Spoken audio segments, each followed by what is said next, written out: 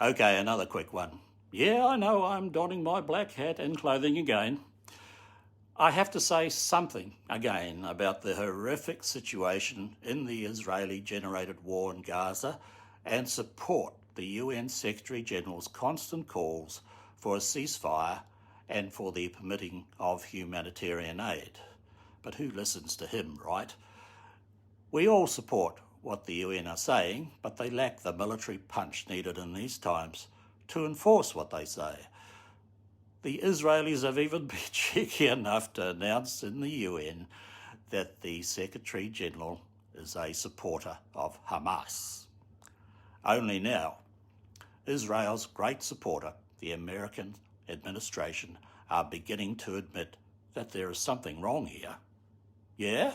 You think? Other unjust wars, displacement, hunger, and inertia in dealing with climate change continue in this present world order where we live as one species divided by borders.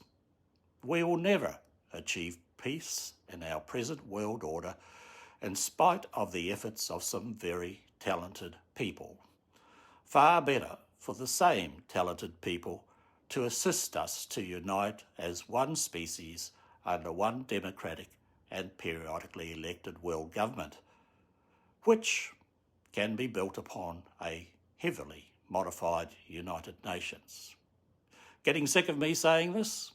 Well, I will go on saying it so that we don't have to watch media stories like that about a little 6-year-old girl in Gaza calling emergency services from a shattered car with her family dead around her, calling for someone to come and get her, while an Israeli tank was right next to her, which didn't assist, of course.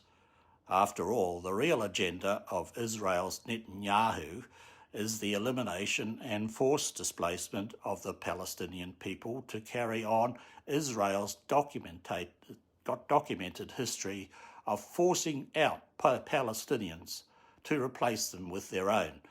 Hamas provides a convenient excuse.